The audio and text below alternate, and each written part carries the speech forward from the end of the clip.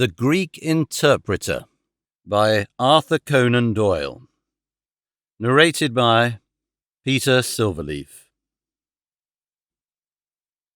During my long and intimate acquaintance with Mr. Sherlock Holmes, I had never heard him refer to his relations, and hardly ever to his own early life.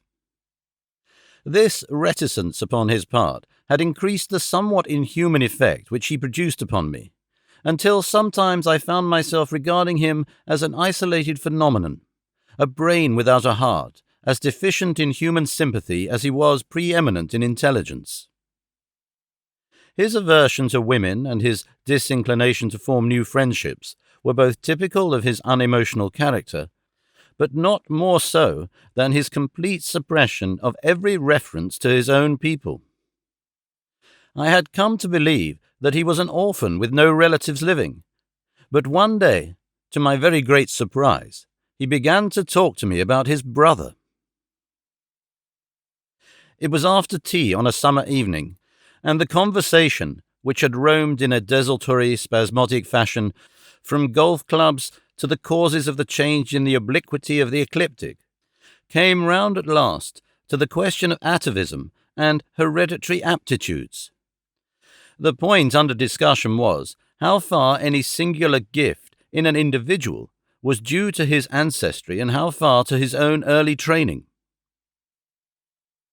"In your own case," said I, "from all that you have told me, it seems obvious that your faculty of observation and your peculiar facility for deduction are due to your own systematic training." "To some extent," he answered thoughtfully. "My ancestors were country squires who appear to have led much the same life as is natural to their class. But nonetheless, my turn that way is in my veins, and may have come with my grandmother, who was the sister of Vernet, the French artist. Art in the blood is liable to take the strangest forms." "But how do you know that it is hereditary?"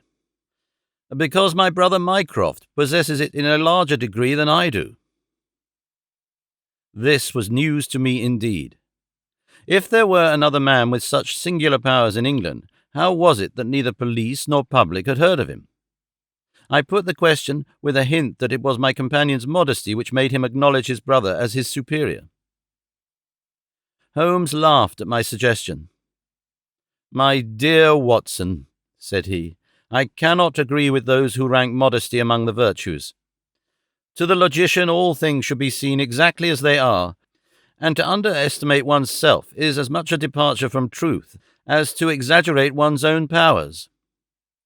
When I say, therefore, that Mycroft has better powers of observation than I, you may take it that I am speaking the exact and literal truth." "Is he your junior?" 7 years my senior." "How come is it that he is unknown?" "Oh, he is very well known in his own circle." "Where, then?" "Well, in the Diogenes Club, for example." I had never heard of the institution, and my face must have proclaimed as much, for Sherlock Holmes pulled out his watch. "The Diogenes Club is the queerest club in London, and Mycroft one of the queerest men. He's always there from 5:15 to 8:20. It's 6 now, so if you care for a stroll this beautiful evening, I shall be very happy to introduce you to 2 curiosities. 5 minutes later, we were in the street, walking towards Regent's Circus. "You wonder," said my companion, "why it is that Mycroft does not use his powers for detective work. He is incapable of it." "But I thought you said—" "I said that he was my superior in observation and deduction. If the art of the detective began and ended in reasoning from an armchair, my brother would be the greatest criminal agent that ever lived. But he has no ambition and no energy. He will not even go out of his way to verify his own solutions, and would rather be considered wrong than take the trouble to prove himself right. Again and again I have taken a problem to him, and have received an explanation which has afterwards proved to be the correct one. And yet he was absolutely incapable of working out the practical points which must be gone into before a case could be laid before a judge or jury." "It's not his profession, then?" "By no means. What is to me a means of livelihood is to him the merest hobby of a dilettante. He has an extraordinary faculty for figures, and audits the books in some of the government departments. Mycroft lodges in Pall Mall, and he walks round the corner into Whitehall every morning and back every evening. From year's end to year's end, he takes no other exercise, and is seen nowhere else, except only in the Diogenes Club, which is just opposite his rooms. I cannot recall the name. Very likely not. There are many men in London, you know, who, some from shyness, some from misanthropy, have no wish for the company of their fellows. Yet they are not averse to comfortable chairs and the latest periodicals. It is for the convenience of these that the Diogenes Club was started, and it now contains the most unsociable and unclubbable men in town. No member is permitted to take the least notice of any other one. Save in the strangers' room, no talking is, under any circumstances, allowed, and 3 offences, if brought to the notice of the committee, render the talker liable to expulsion. My brother was one of the founders, and I have myself found it a very soothing atmosphere. We had reached Pall Mall as we talked, and were walking down it from the St. James's End. Sherlock Holmes stopped at a door some little distance from the Carlton, and, cautioning me not to speak, he led the way into the hall.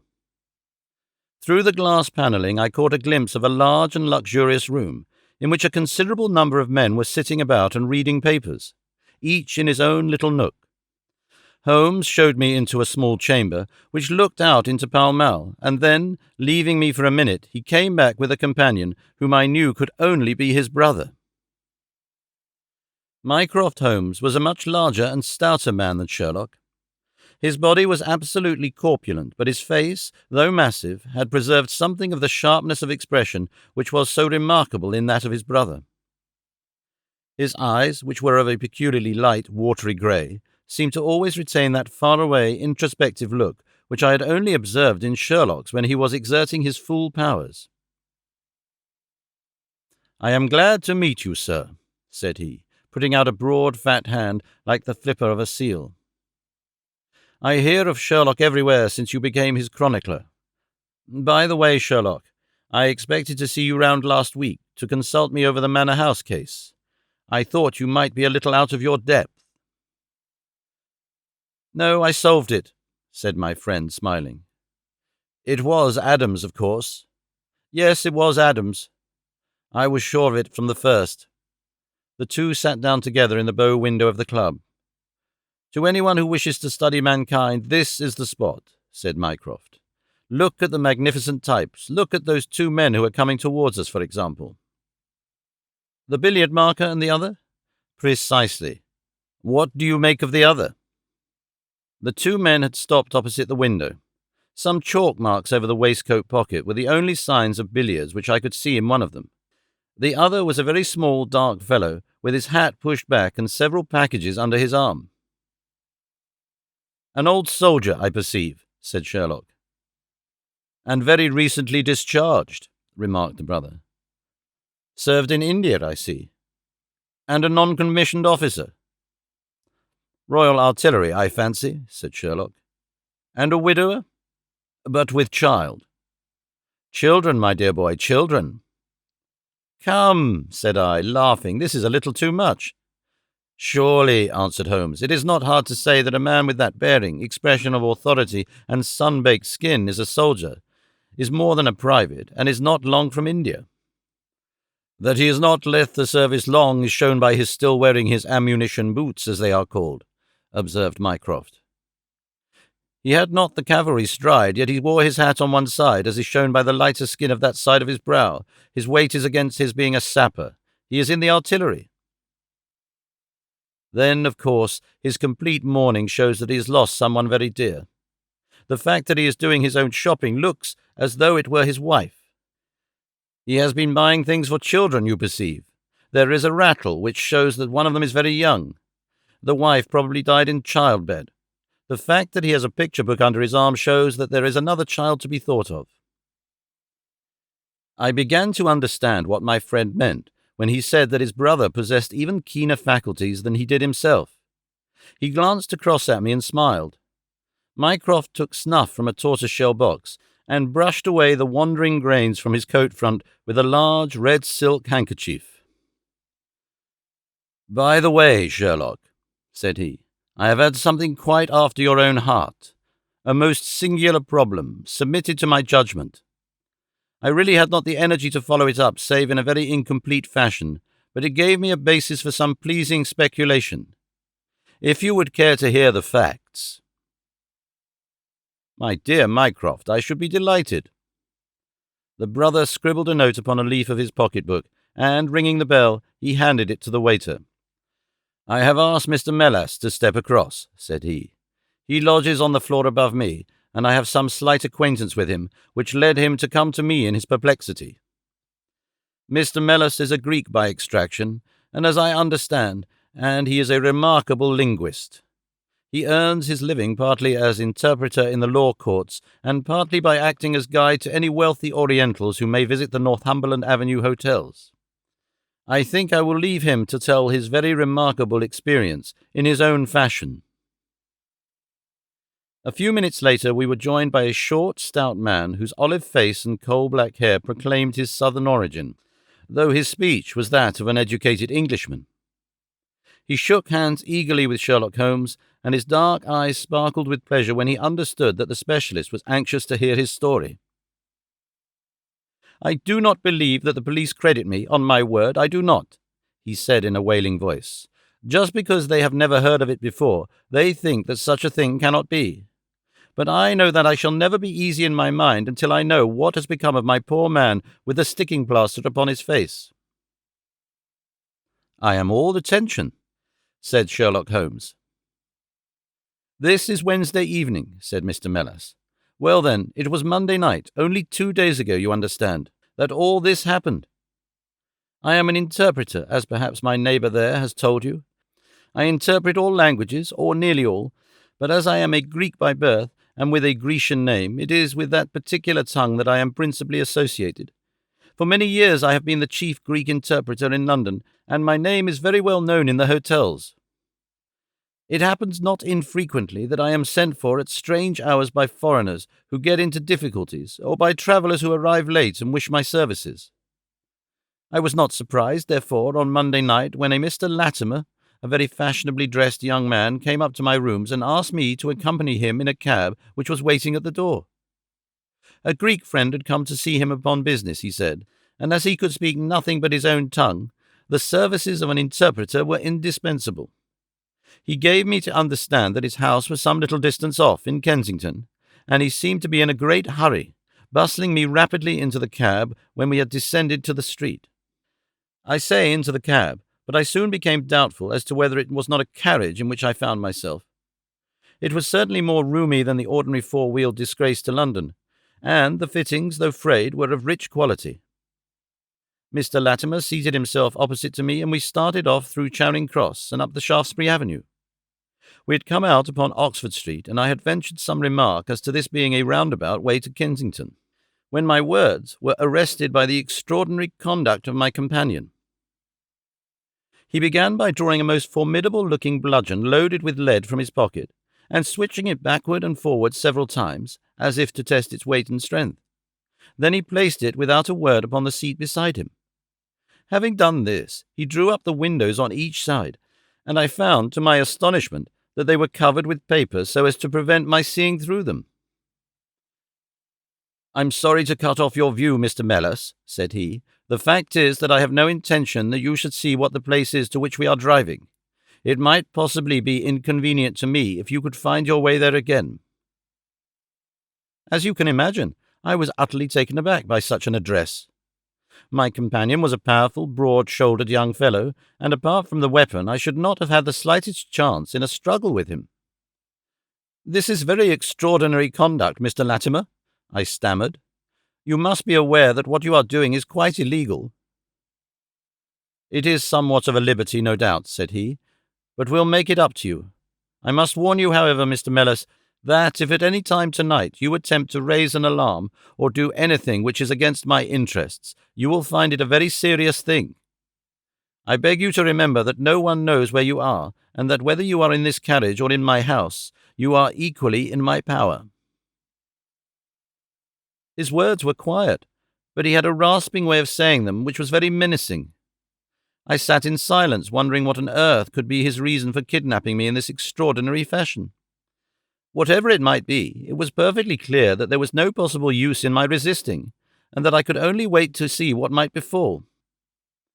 For nearly 2 hours we drove without my having the least clue as to where we were going. Sometimes the rattle of the stones told me of a paved causeway, and at others our smooth, silent course suggested asphalt. But, save by this variation in sound, there was nothing at all which could in the remotest way help me to form a guess as to where we were. The paper over each window was impenetrable to light, and a blue curtain was drawn across the glasswork in front. It was 7:15 when we left Pall Mall, and my watch showed me that it was 10 minutes to 9 when we at last came to a standstill. My companion let down the window, and I caught a glimpse of a low, arched doorway with a lamp burning above it.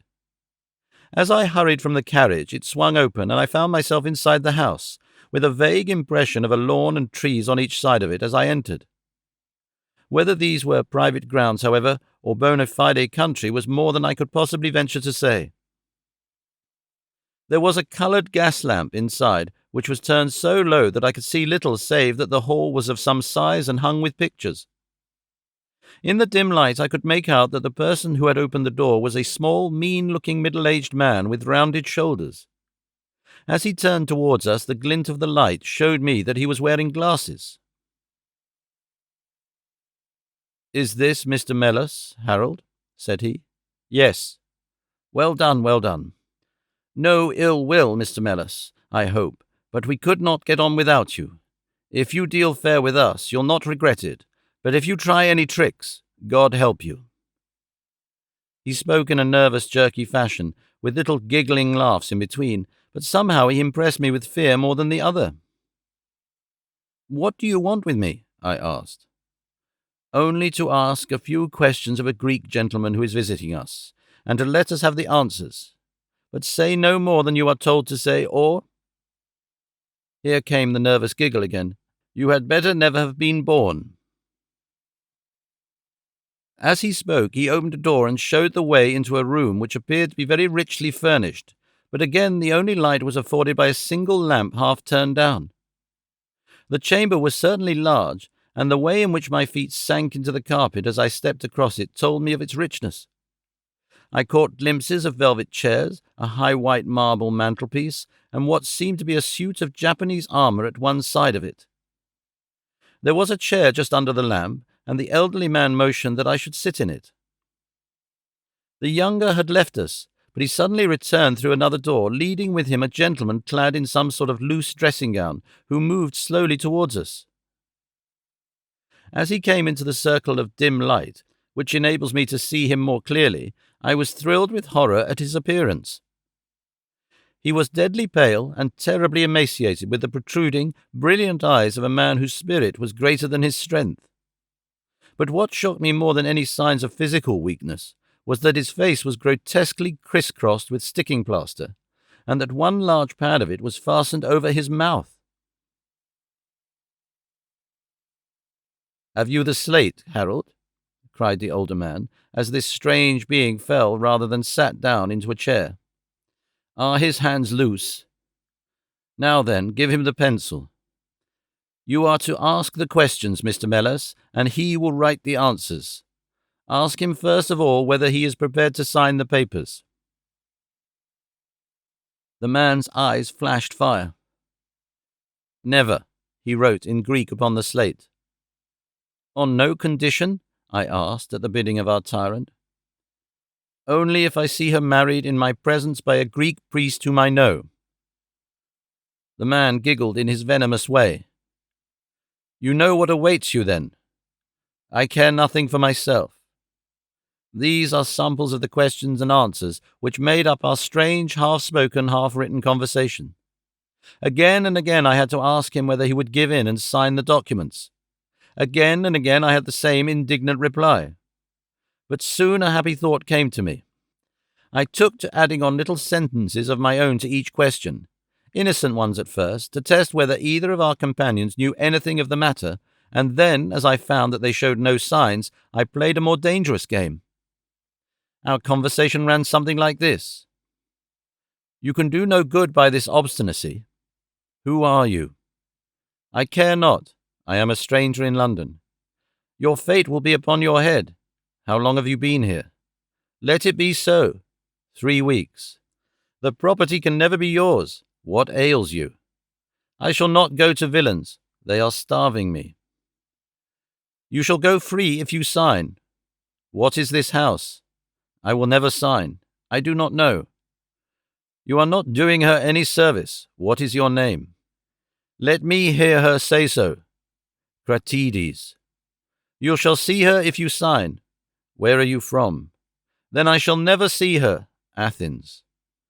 Another 5 minutes, Mr. Holmes, and I should have wormed out the whole story under their very noses. My very next question might have cleared the matter up, but at that instant the door opened and a woman stepped into the room. I could not see her clearly enough to know more than that she was tall and graceful, with black hair and clad in some sort of loose white gown. Harold, said she, speaking English with a broken accent, I could not stay away any longer. It is so lonely up there with only— Oh, my God, it is Paul. These last words were in Greek, and at the same instant the man with a convulsive effort tore the plaster from his lips and, screaming out, Sophie, Sophie, rushed into the woman's arms. Their embrace was but for an instant, however, for the younger man seized the woman and pushed her out of the room, while the elder easily overpowered his emaciated victim and dragged him away through the other door. For a moment I was left alone in the room, and I sprang to my feet with some vague idea that I might in some way get a clue to what this house was in which I found myself. Fortunately, however, I took no steps, for looking up I saw that the older man was standing in the doorway with his eyes fixed upon me. That will do, Mr. Melas, said he. You perceive that we have taken you into our confidence over some very private business. We should not have troubled you, only that our friend who speaks Greek and who began these negotiations has been forced to return to the East. It was quite necessary for us to find someone to take his place, and we were fortunate in hearing of your powers. I bowed. There are 5 sovereigns here, said he, walking up to me, which will, I hope, be sufficient fee. But remember, he added, tapping me lightly on the chest and giggling, if you speak to a human soul about this, one human soul, mind, well may God have mercy upon your soul. I cannot tell you the loathing and horror with which this insignificant-looking man inspired me. I could see him better now as the lamplight shone upon him. His features were peaky and sallow, and his little pointed beard was thready and ill-nourished. He pushed his face forward as he spoke, and his lips and eyelids were continually twitching like a man with St. Vitus's dance. I could not help thinking that his strange, catchy little laugh was also a symptom of some nervous malady. The terror of his face lay in his eyes, however, steel grey and glistening coldly with a malignant, inexorable cruelty in their depths. We shall know if you speak of this, said he. We have our own means of information. Now you will find the carriage waiting, and my friend will see you on your way. I was hurried through the hall and into the vehicle again, obtaining the momentary glimpse of trees and a garden. Mr. Latimer followed closely at my heels and took his place opposite me without a word.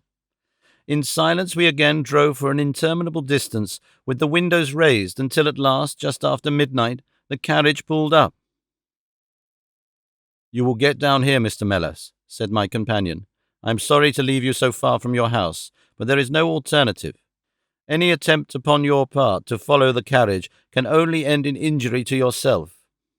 He opened the door as he spoke, and I had hardly time to spring out when the coachman lashed the horse and the carriage rattled away. I looked around me in astonishment. I was on some sort of a heathy common mottled over with dark clumps of furze bushes. Far away stretched a line of houses, with a light here and there in the upper windows. On the other side I saw the red signal lamps of a railway. The carriage which had brought me was already out of sight. I stood gazing round and wondering where on earth I might be, when I saw someone coming towards me in the darkness. As he came up to me, I made out that he was a railway porter. Can you tell me what this place is? I asked. Wandsworth Common, said he. Can I get a train into town? If you walk on a mile or so to Clapham Junction, said he, you'll be just in time for the last of Victoria. So that was the end of my adventure, Mr. Holmes. I do not know where I was, nor whom I spoke with, nor anything save what I have told you. But I know that there is foul play going on, and I want to help that unhappy man if I can. I told the whole story to Mr. Mycroft Holmes next morning, and subsequently to the police. We all sat in silence for some little time after listening to this extraordinary narrative. Then Sherlock looked across at his brother. Any steps? He asked. Mycroft picked up the Daily News, which was lying on the side table. Anybody supplying any information to the whereabouts of a Greek gentleman named Paul Cratides from Athens, who is unable to speak English, will be rewarded. A similar reward paid to anyone giving information about a Greek lady whose first name is Sophie. X2473. That was in all the dailies. No answer. How about the Greek legation? I have inquired. They know nothing. A wire to the head of the Athens police, then? Sherlock has all the energy of the family, said Mycroft, turning to me. Well, you take the case up by all means, and let me know if you do any good. Certainly, answered my friend, rising from his chair. I'll let you know, and Mr. Mellis also. In the meantime, Mr. Mellis, I should certainly be on my guard if I were you, for of course they must know through these advertisements that you have betrayed them. As we walked home together, Holmes stopped at a telegraph office and sent off several wires. You see, Watson, he remarked, our evening has been by no means wasted. Some of my most interesting cases have come to me this way through Mycroft.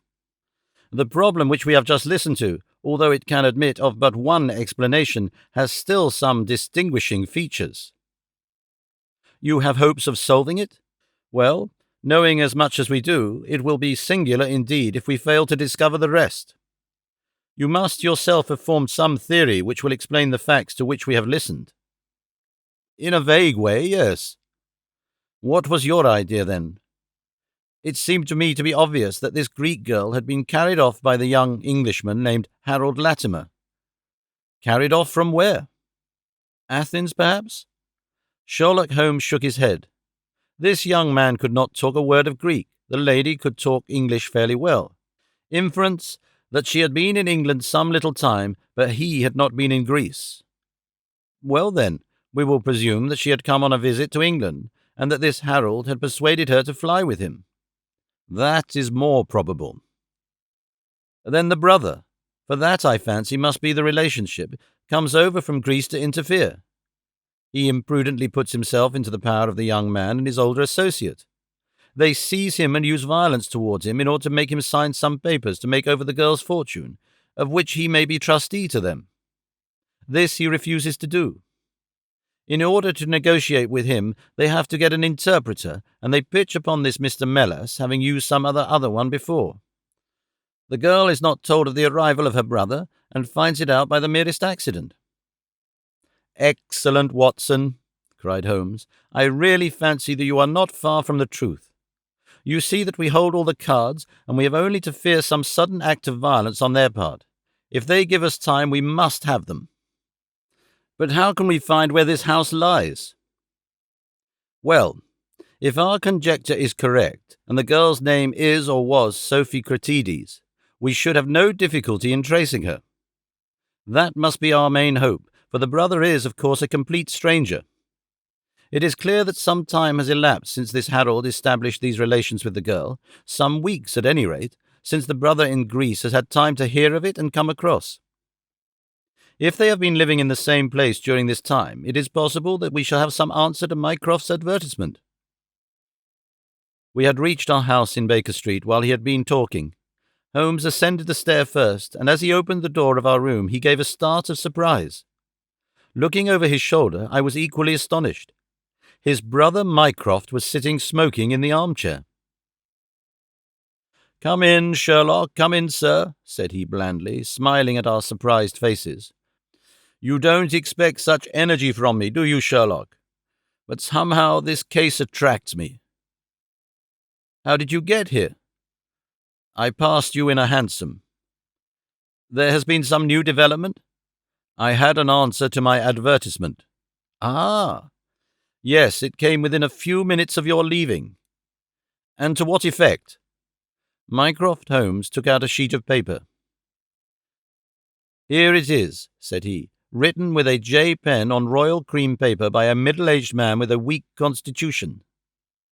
Sir, he says, in answer to your advertisement of today's date, I beg to inform you that I know the young lady in question very well. If you should care to call upon me, I could give you some particulars as to her painful history. She is living at present at the Myrtles, Beckenham. Yours faithfully, J. Davenport. He writes from Lower Brixton, said Mycroft Holmes. Do you not think we might drive to him now, Sherlock, and learn these particulars? My dear Mycroft, the brother's life is more valuable than the sister's story. I think we should call at Scotland Yard for Inspector Gregson and go straight out to Beckenham. We know that a man is being done to death, and every hour may be vital.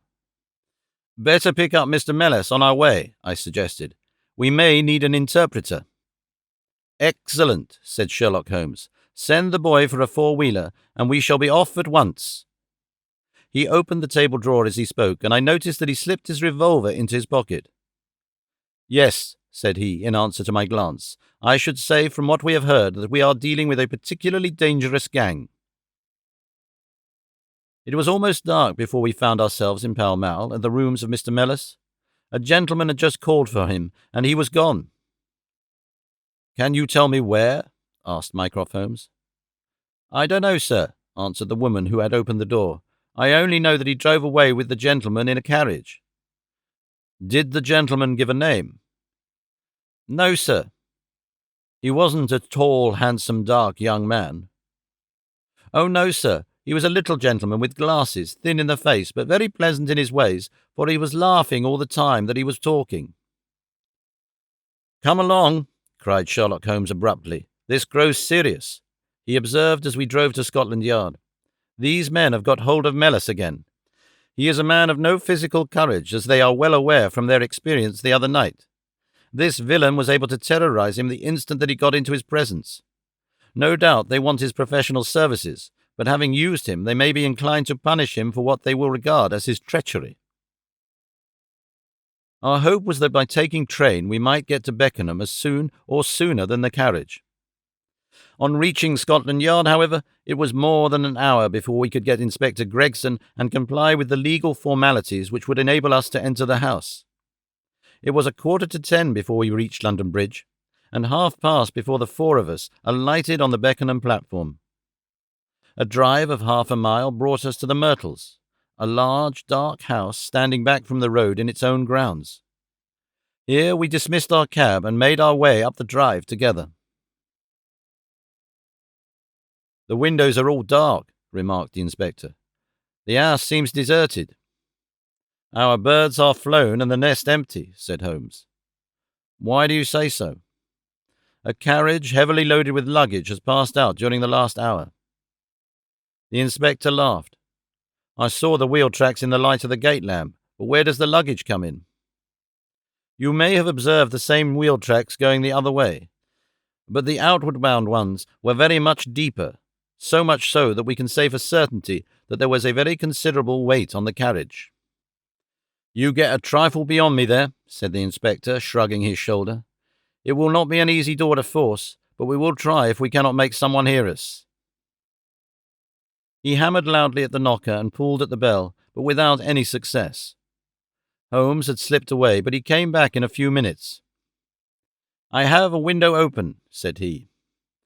It is a mercy that you are on the side of the force and not against it, Mr. Holmes, remarked the inspector, as he noted the clever way in which my friend had forced back the catch. Well, I think that under the circumstances we may enter without an invitation. One after the other we made our way into a large apartment, which was evidently that in which Mr. Mellis had found himself. The inspector had lit his lantern, and by its light we could see the 2 doors, the curtain, the lamp, and the suit of Japanese mail as he had described them. On the table lay 2 glasses, an empty brandy bottle, and the remains of a meal. "What is that?" asked Holmes suddenly. We all stood still and listened. A low moaning sound was coming from somewhere over our heads. Holmes rushed to the door and out into the hall. The dismal noise came from upstairs. He dashed up, the inspector and I at his heels, while his brother Mycroft followed as quickly as his great bulk would permit. 3 doors faced up upon the second floor, and it was from the central of these that the sinister sounds were issuing, sinking sometimes into a dull mumble and rising again into a shrill whine. It was locked, but the key had been left on the outside. Holmes flung open the door and rushed in, but he was out again in an instant, with his hand to his throat. "It's charcoal," he cried. "Give it time, it will clear." Peering in, we could see that the only light in the room came from a dull blue flame, which flickered from a small brass tripod in the centre. It threw a livid, unnatural circle upon the floor, while in the shadows beyond we saw the vague loom of 2 figures which crouched against the wall. From the open door there reeked a horrible poisonous exhalation which set us gasping and coughing. Holmes rushed to the top of the stairs to draw in the fresh air, and then, dashing into the room, he threw up the window and hurled the brazen tripod out into the garden. "We can enter in a minute," he gasped, darting out again. "Where is a candle? I doubt if we could strike a match in that atmosphere. Hold the light at the door and we shall get them out, Mycroft, now." With a rush we got to the poisoned men and dragged them out into the well-lit hall. Both of them were blue-lipped and insensible, with swollen, congested faces and protruding eyes. Indeed, so distorted were their features that, save for his black beard and stout figure, we might have failed to recognize in one of them the Greek interpreter who had parted from us only a few hours before at the Diogenes Club. His hands and feet were securely strapped together, and he bore over one eye the marks of a violent blow. The other, who was secured in a similar fashion, was a tall man in the last stage of emaciation, with several strips of sticking plaster arranged in a grotesque pattern over his face. He had ceased to moan as we laid him down, and a glance showed me that for him at least our aid had come too late. Mr. Mellis, however, still lived, and in less than an hour, with the aid of ammonia and brandy, I had the satisfaction of seeing him open his eyes, and knowing that my hand had drawn him back from that dark valley in which all paths meet. It was a simple story which he had to tell, and one which did but confirm our own deductions. His visitor, on entering his rooms, had drawn a life-preserver from his sleeve, and had so impressed him with the fear of instant and inevitable death that he had kidnapped him for the 2nd time. Indeed, it was almost mesmeric, the effect which this giggling ruffian had produced upon the unfortunate linguist, for he could not speak of him save with trembling hands and a blanched cheek. He had been taken swiftly to Beckenham, and had acted as interpreter in a second interview, even more dramatic than the first, in which the 2 Englishmen had menaced their prisoner with instant death if he did not comply with their demands. Finally, finding him proof against every threat, they had hurled him back into his prison, and after reproaching Mellis with his treachery, which appeared from the newspaper advertisement, they had stunned him with a blow from a stick, and he remembered nothing more until he found us bending over him. And this was the singular case of the Grecian interpreter, the explanation of which is still involved in some mystery. We were able to find out, by communicating with the gentleman who had answered the advertisement, that the unfortunate young lady came of a wealthy Grecian family, and that she had been on a visit to some friends in England. While there she had met a young man named Harold Latimer, who had acquired an ascendancy over her and had eventually persuaded her to fly with him. Her friends, shocked at the event, had contented themselves with informing her brother at Athens, and had then washed their hands of the matter. The brother, on his arrival in England, had imprudently placed himself in the power of Latimer and of his associate, whose name was Wilson Kemp, a man of the foulest antecedents.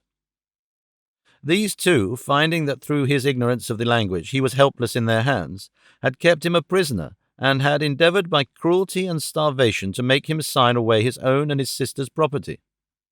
They had kept him in the house without the girl's knowledge, and the plaster over the face had been for the purpose of making recognition difficult in case she should ever catch a glimpse of him. Her feminine perception, however, had instantly seen through the guise when, on the occasion of the interpreter's visit, she had seen him for the first time. The poor girl, however, was herself a prisoner, for there was no one about the house except the man who acted as coachman and his wife, both of whom were tools of the conspirators. Finding that their secret was out, and that their prisoner was not to be coerced, the two villains with the girl had fled away at a few hours' notice from the furnished house which they had hired, having first, as they thought, taken vengeance both upon the man who had defied and the one who had betrayed them. Months afterwards, a curious newspaper cutting reached us from Budapest. It told how two Englishmen who had been travelling with a woman had met with a tragic end. They had each been stabbed, it seems, and the Hungarian police were of opinion that they had quarrelled and had inflicted mortal injuries upon each other. Holmes, however, is, I fancy, of a different way of thinking, and holds to this day that, if one could find the Grecian girl, one might learn how the wrongs of herself and her brother came to be avenged.